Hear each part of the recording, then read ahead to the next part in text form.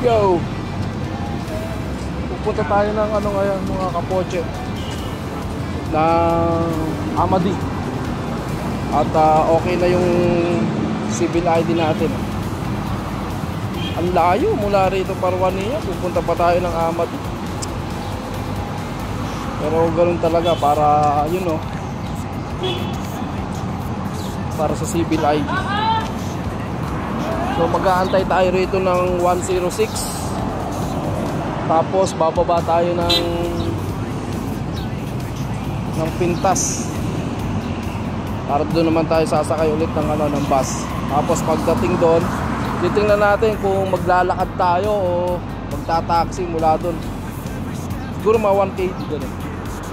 Pero since na nagtitipid tayo, hangga't maaari maglakad. Hindi, titingnan natin kapag kaya natin lakarin. Pero nung nakaraang taon nilakad natin yan, budang init. Sayang kasi. Sayang yung pamasahan. Ganun talaga. Yo, dito na tayo sa bus mga kapoche. Dito tayo sa pinakatulog.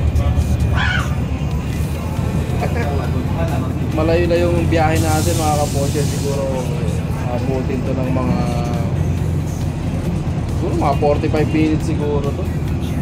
Depende pagka sa galaw ng traffic. Ganun. Pero tinignan ko alas 7 pa naman pala yung sarado. Pupuntahan natin.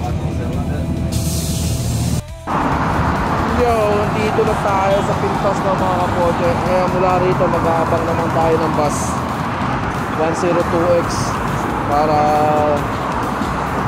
papunta doon sa sinasabi natin. Pero mula doon, kunyari mula dito, tapos pagbaba pa natin doon, magta-taxi pa ulit tayo. Kasi malayo yun, walang lumadawan na bus doon. So malalaman naman, tingnan natin. So ngayon mag-aantay lang muna tayo ng bus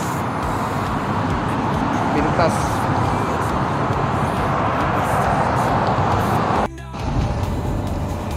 Yo, nandito na tayo mga kapoche, no? Kukunin na lang natin. Siyempre naglakad lang tayo, no? Enjoy naman. Kahit pawisan. Sinew. Yeah.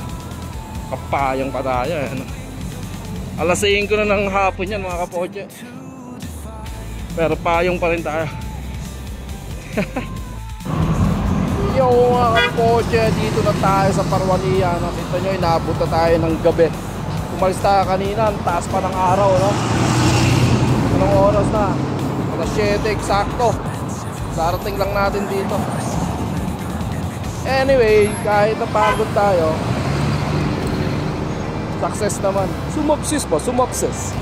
Nakuha naman natin yung civil ID natin, pagod. You know, yun ang pinaka-importante. Kahit napagod tayo ngayong araw na to, okay lang, diba? Dahil dyan gusto kong bumili ng ice cream bago tayo umakyat. Meron ditong ice creaman sa likod namin.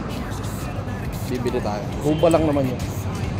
Kahit nagugutom tayo, pero ice cream